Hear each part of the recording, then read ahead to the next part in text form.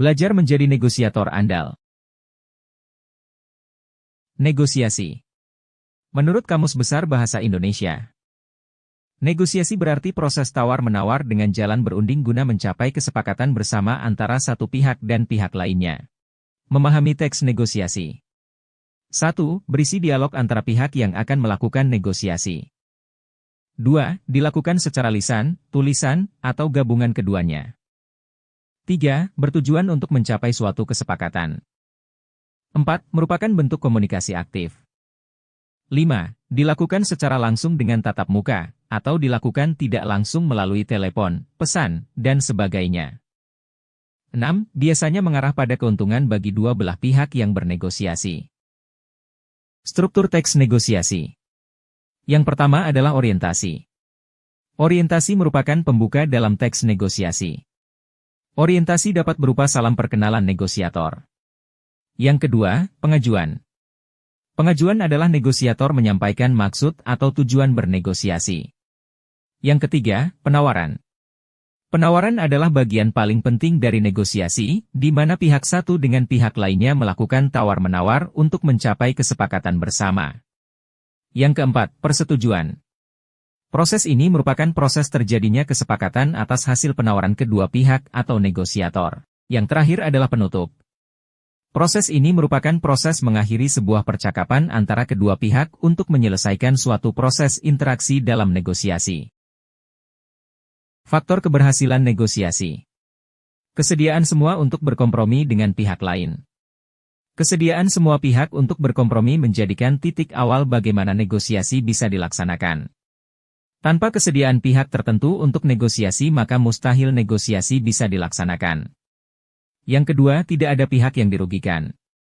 Tidak ada pihak yang dirugikan, menjadi syarat keberhasilan negosiasi. Karena negosiasi itu mencari keputusan bersama, bukan untuk merugikan sebagian kelompok.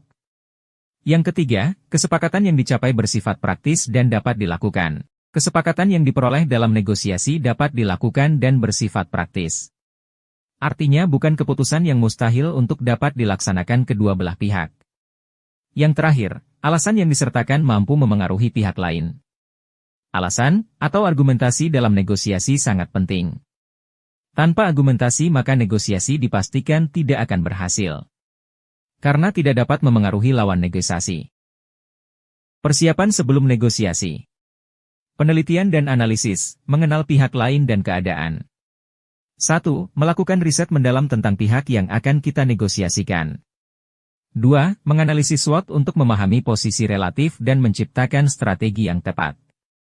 Selanjutnya, menetapkan tujuan yang jelas dan realistis.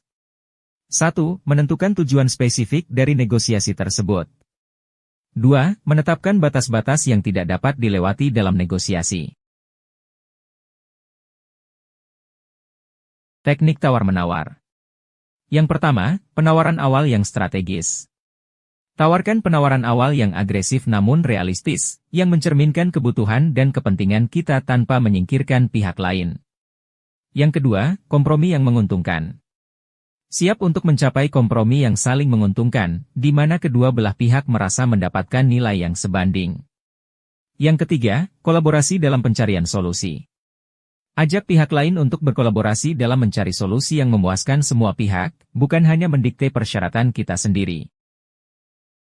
Membangun hubungan. Yang pertama adalah menciptakan koneksi emosional. Usahakan untuk membangun hubungan yang lebih dari sekadar transaksi bisnis. Ciptakan koneksi emosional dengan berbagi cerita, minat bersama, atau kepedulian terhadap kepentingan pribadi atau profesional pihak lain.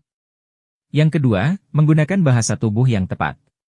Ekspresikan kepercayaan diri, keterbukaan, dan sikap yang ramah melalui bahasa tubuh Anda. Hindari bahasa tubuh yang menunjukkan sikap defensif atau dominan yang berpotensi memicu konflik. Yang ketiga, menghargai dan memahami perspektif pihak lain. Berusahalah untuk memahami sudut pandang, kebutuhan, dan kepentingan pihak lain dengan mendengarkan secara aktif dan menunjukkan empati. Menghargai perspektif pihak lain akan membangun kepercayaan dan kerjasama yang lebih baik dalam negosiasi. Kesimpulannya adalah, keterampilan negosiasi adalah kunci kesuksesan dalam mencapai kesepakatan yang menguntungkan. Dari persiapan hingga penyelesaian konflik, setiap aspek negosiasi membutuhkan keterampilan mendengarkan, komunikasi, dan kemampuan untuk mencapai kesepakatan yang saling menguntungkan. Sekian materi yang bisa kami paparkan, semoga bermanfaat dan kami meminta maaf jika terdapat kekurangan dan kesalahan. Wassalamualaikum warahmatullahi wabarakatuh.